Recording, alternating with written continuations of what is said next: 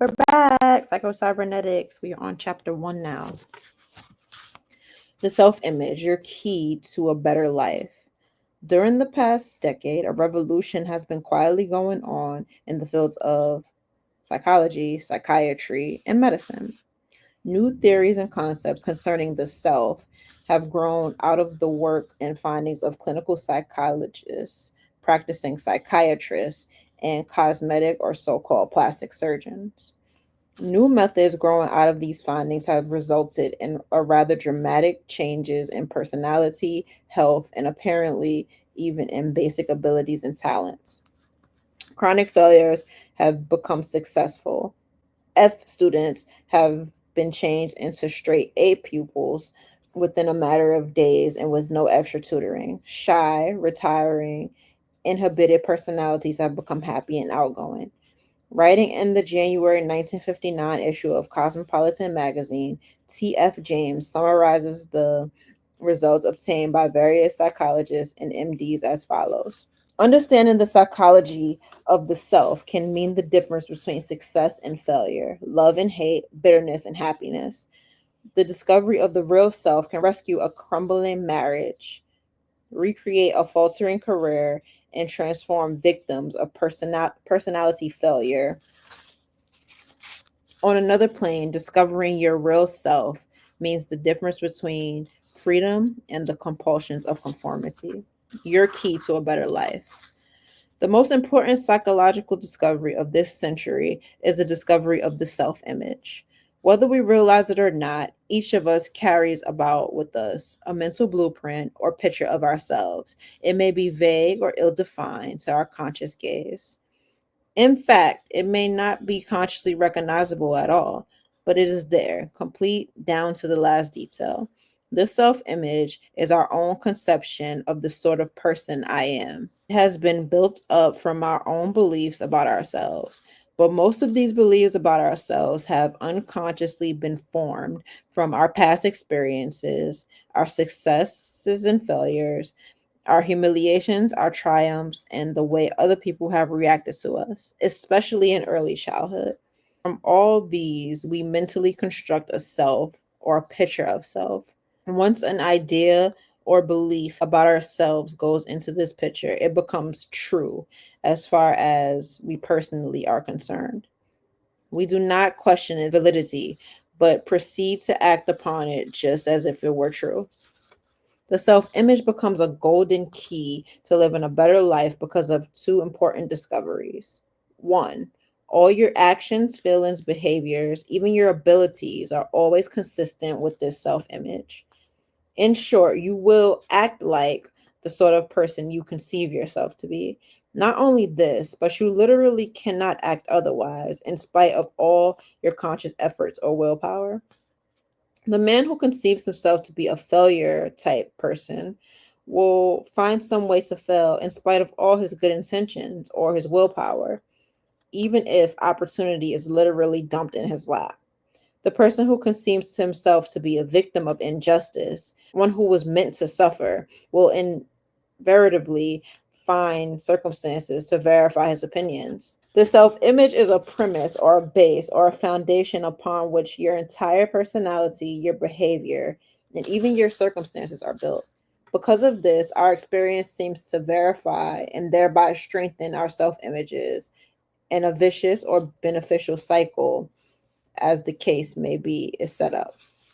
For example, a schoolboy who sees himself as a F type student or one who is dumb in mathematics will inadvertently find that his report card bears him out. He then has proof.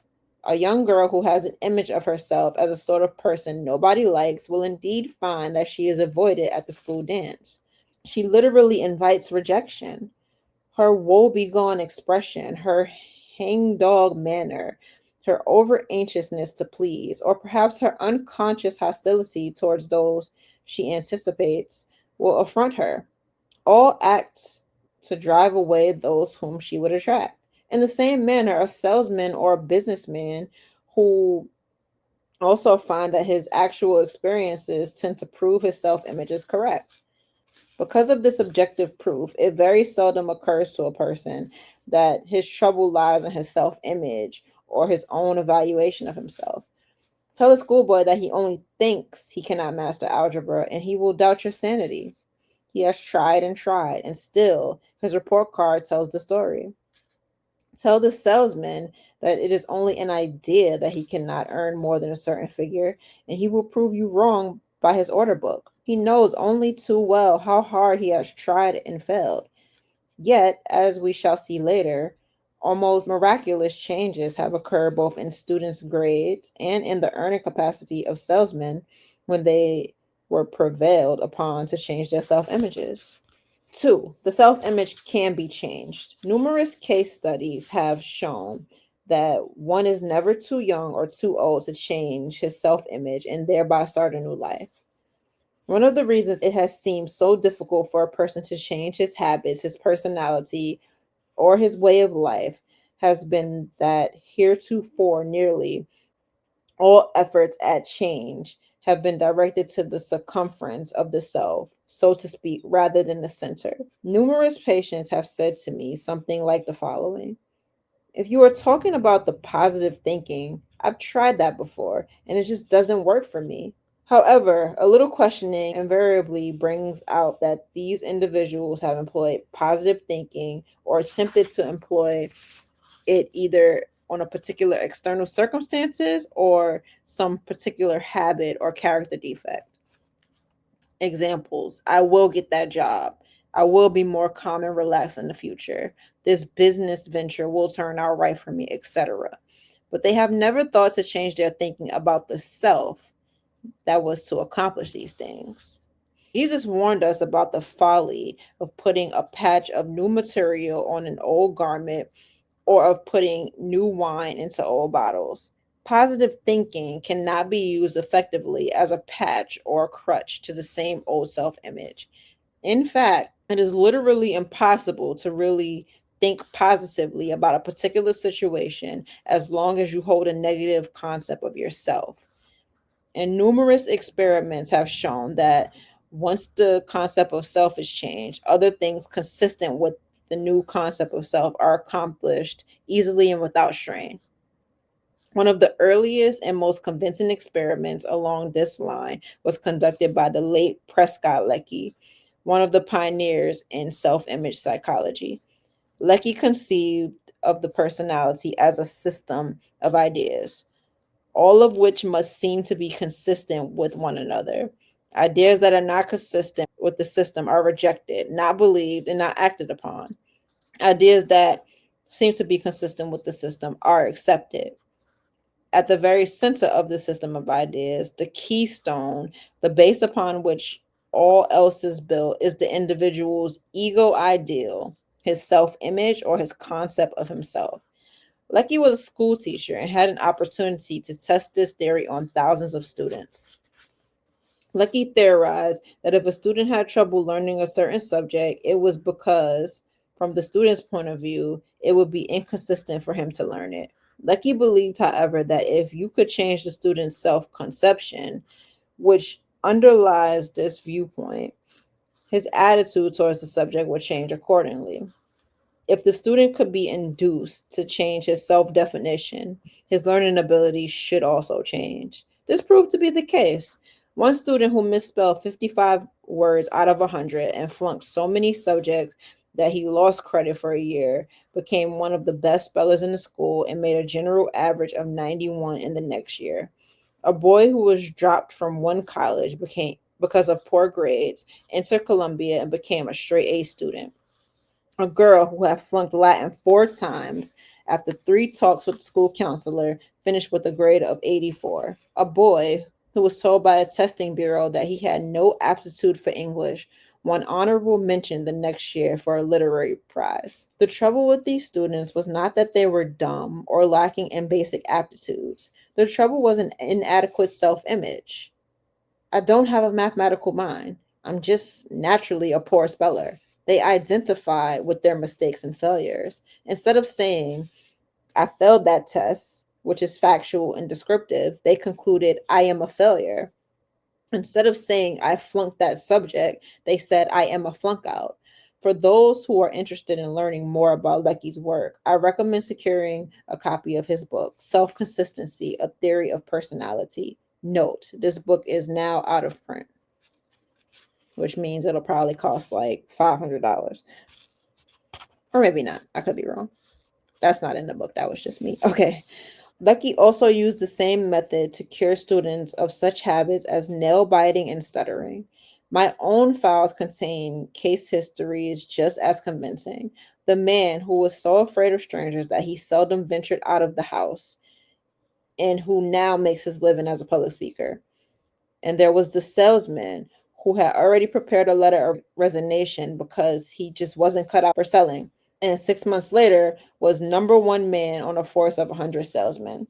The minister who was considering retirement because nerves and the pressure of preparing a sermon a week were getting him down now delivers an average of 3 outside talks a week in addition to his weekly sermons and doesn't know he has a nerve in his body.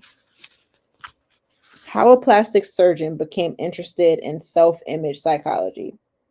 Offhand, there would seem to be little or no connection between surgery and psychology. Yet, it was the work of plastic surgeons that first hinted to me of the existence of the self image and raised certain questions that led to important psychological knowledge.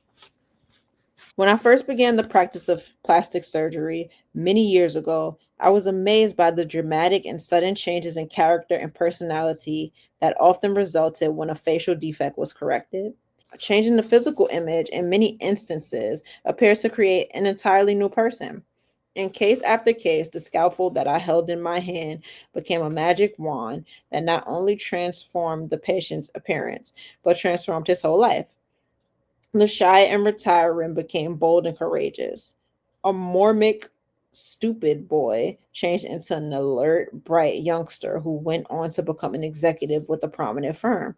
A salesman who had lost his touch and his faith in himself became a model of self confidence.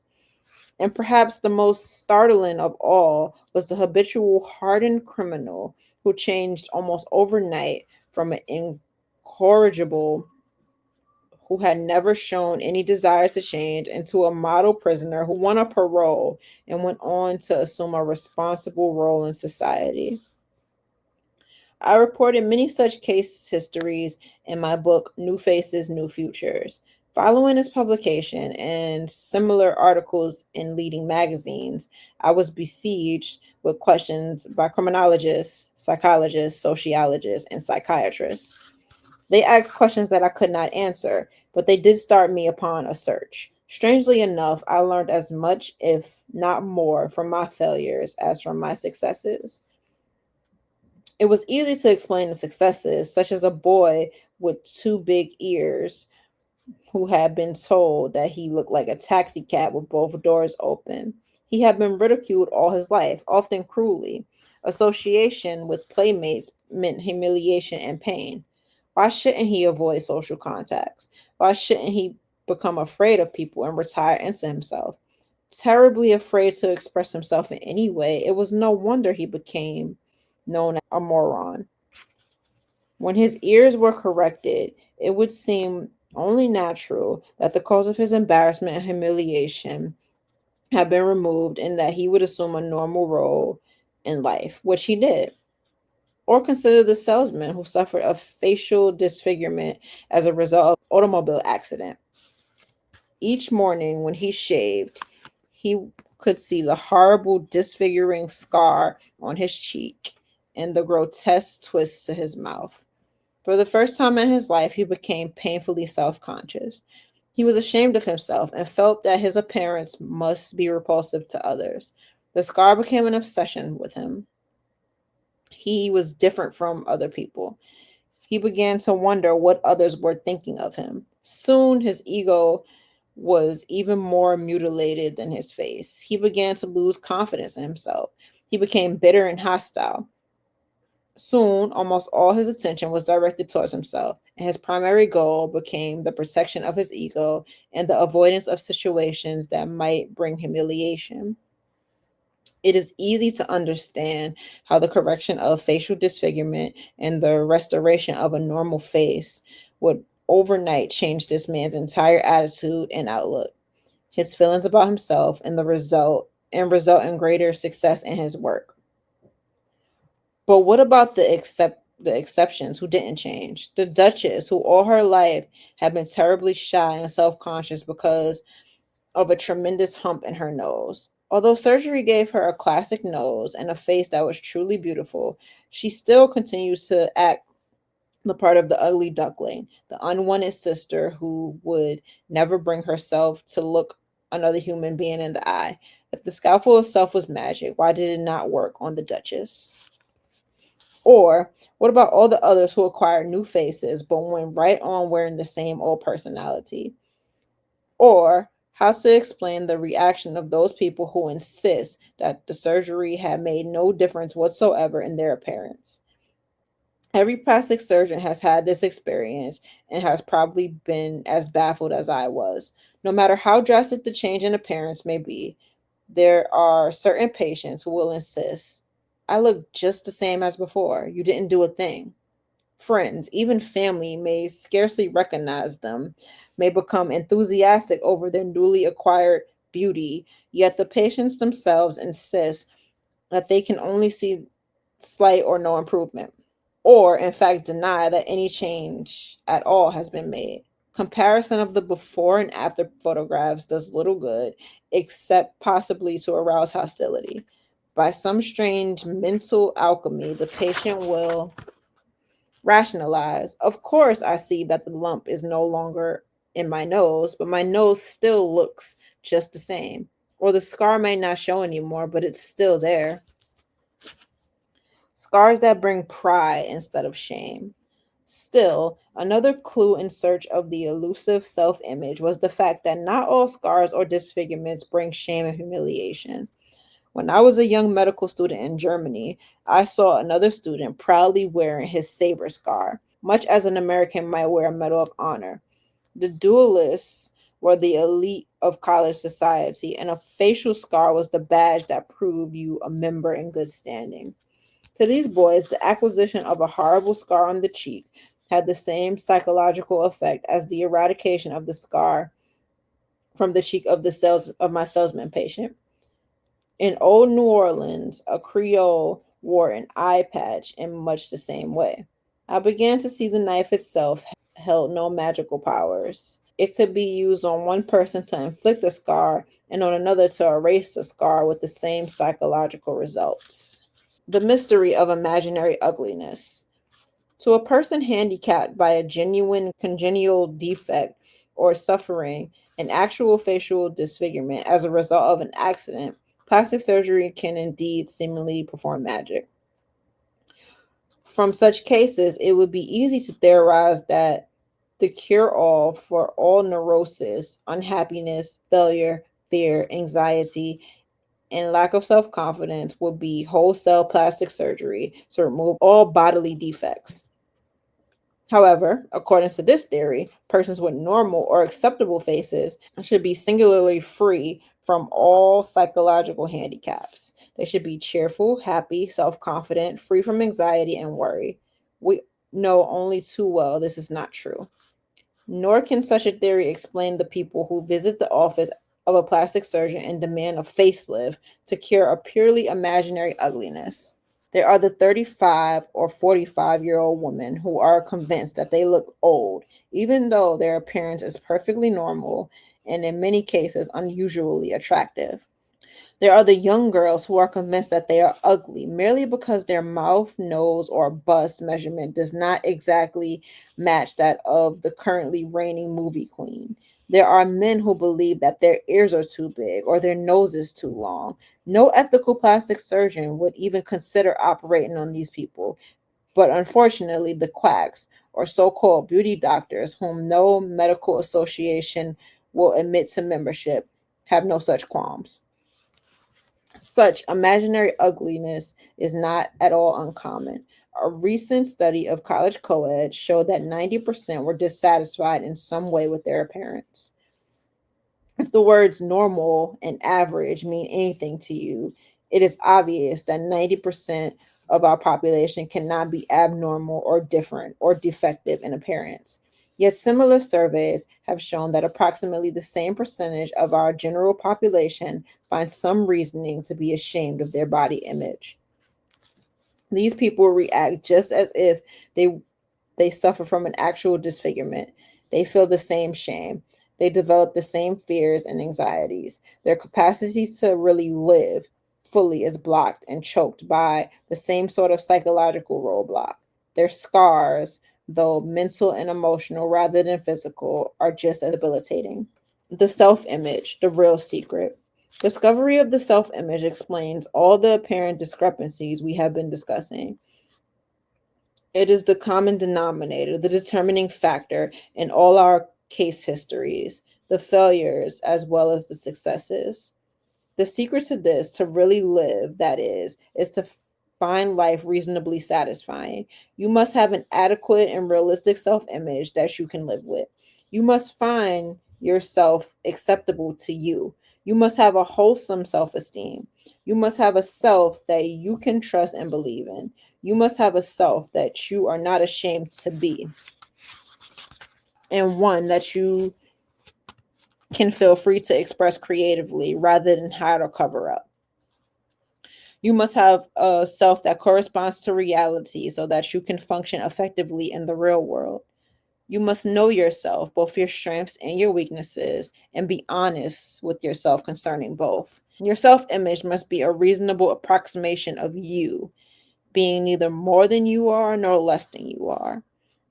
When this self image is intact and secure, you feel good. When it is threatened, you feel anxious and insecure. When your self image is adequate and one that you can wholesomely be proud of, you feel self confident. You feel free to be yourself and to express yourself. You function at your optimum. When it is an object of shame, you attempt to hide it rather than express it. Creative expression is blocked. You become hostile and hard to get along with.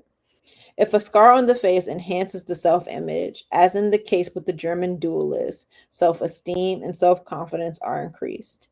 If a scar on the face detracts from the self image, as in the case with the salesman, loss of self esteem and self confidence results. When a facial disfigurement is corrected by plastic surgery, dramatic psychological changes result only if there is a corresponding correction of the mutilated self image.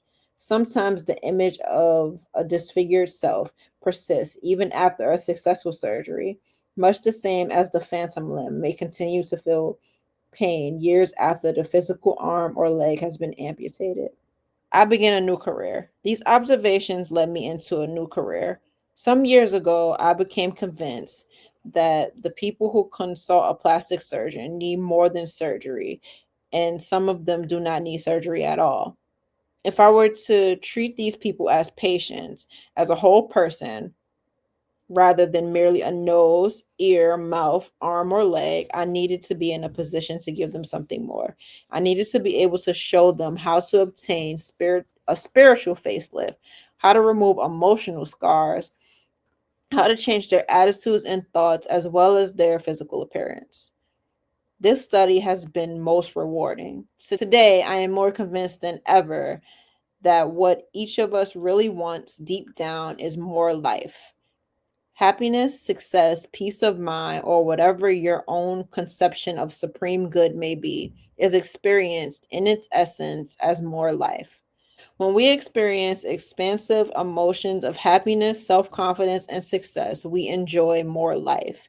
And to the degree that we inhibit our abilities, frustrate our God given talents, and allow ourselves to suffer anxiety, fear, self condemnation, and self hate, we literally choke off the life force available to us and turn our backs on the gift which our Creator has made.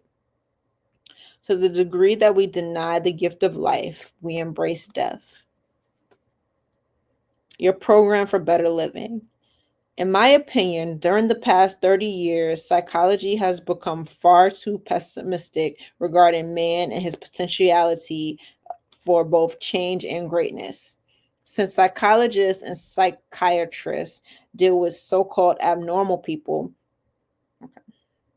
You're programmed for better living. In my opinion, during the past 30 years, psychology has become far too pessimistic regarding man and his potentiality for both change and greatness. Since psychologists and psychiatrists deal with so called abnormal people, the literature is almost exclusively taken up with man's various abnormalities, his tendencies towards self destruction. Many people, I'm afraid, have read so much of this type of thing that they have come to regard such things as hatred, the destructive instinct, guilt, self-condemnation, and all other negatives as normal human behavior. The average person feels awfully weak and impotent when he thinks of the prospect of pitting his puny will against these negative forces in human nature in order to gain health and happiness. If this were a true picture of human nature and the human condition, self improvement would indeed be a rather futile thing. However, I believe in the experiences of my many patients have confirmed the fact that you do not have to do the job alone. There is within each of us a life instinct, which is forever working towards health, happiness, and all that makes for more life for the individual. This life instinct works for you, the what I call the creative mechanism, or when used correctly, the success mechanism built into each human being. New scientific insights into subconscious mind. The new science of cybernetics has furnished us with the convincing proof that the so called subconscious mind is not a mind at all, but a mechanism, a goal striving servo mechanism consisting of the brain and nervous system, which is used by and directed by the mind. The latest and most usable concept is that man does not have two minds, but a mind or a consciousness that operates an automatic goal striving machine. The automatic goal driving machine functions very similarly to the way that electronic servo mechanisms function as far as basic principles are concerned. But it is much more marvelous, much more complex than any computer or guided missile ever conceived by man. Today, it's easy to lose sight of the fact that all electronic gadgets and computerized technology of any sort, from the internet to cell phone technology, or satellites bringing us hundreds of channels on television were programmed and made functional by human beings who formed a mental picture of something they thought was possible, then made it happen. We human beings not only have the capacity to create cybernetic systems outside of ourselves, but also have the ability to learn how we can run our own cybernetic systems in ourselves. This creative mechanism within you is impersonal. It will work automatically and impersonally to achieve goals of success and happiness or unhappiness and failure, depending on the goals that you yourself set for it. Present it with success goals, and it functions as a success mechanism. Present it with negative goals, and it operates just as impersonally or just as faithfully as a failure mechanism. Dr. Maltz makes it clear that all of us have goals, whether we intentionally articulate them or not. The brain and nervous system are continually leading us in the direction of images we think about consciously, or images that are so much a part of us that we're led towards them on autopilot. The alcoholic or drug addict has goals just as much as the entrepreneur, politician, professional athlete, or mother to be. With this in mind, we can become aware of what's under the hood and whether or not we want the goals we're unconsciously moving towards or the ones that we consciously choose and work towards. Like any other servo mechanism, it must have a clear cut goal, objective, or problem to work on. The goals that our own creative mechanism seeks to achieve are mental images or mental pictures, which we create by the use of imagination. The key goal image is our self image. Our self image prescribes the limits for the accomplishment of any particular goals. It prescribes the area of the possible. Like any other servo mechanism, our creative mechanism works on information and data that we feed into it, our thoughts, beliefs, and interpretations. Through our attitudes and interpretation of situations, we describe the problem to be worked on. If we feed information and data into our creative mechanism to the effect that we ourselves are unworthy, inferior, undeserving, incapable, negative self image, this data is processed and acted on as is any other data in giving us the answer in the form of objective experience. Like any other servo mechanism, our creative mechanism makes use of stored information or memory in solving current problems and responding to current situations. Your program for getting more living out of life consists in, first of all, learning something about this creative mechanism or automatic guidance system within you and how to use it as a success mechanism rather than a failure mechanism. The method itself consists of learning, practicing, and experiencing new habits of thinking, imagining, remembering, and acting in order to one, develop an adequate and realistic self image, and two, use your creative mechanism to bring success and happiness in achieving particular goals. If you can remember, worry, or tie your shoe, you can succeed. As you will see later, the method to be used consists of creative mental picturing, creative experiencing through your imagination, and the formation of new automatic reaction patterns by acting out or acting as if. I often tell my patients if you can remember, worry, or tie your shoe, you will have no problem applying this method. The things you are called upon to do are simple, but you must practice and experience. Visualizing, which is creative mental picturing, is no more difficult than what you do when you remember some scene out of the past or worry about the future. Acting out new action patterns is no more difficult than deciding, then following through on tying your shoe in a new way and different manner each morning instead of continuing to tie them in your old habitual way without thought or decision. Dr. Moses' words, if you can remember, worry, or tie your shoe, are key to understanding how easy it is to get results using psycho-cybernetics. Provided you allow yourself to believe that even a seemingly small victory, learning to tie your shoe or write your name for the first time, is all you need to reverse the course of negativity in your life. In order to direct your servo mechanism towards success instead of failure, all you need is one experience that made you feel good about yourself. Remembering and then using that modest accomplishment will be instrumental in improving your self image. You do not need a huge success experience to alter your self image for the better.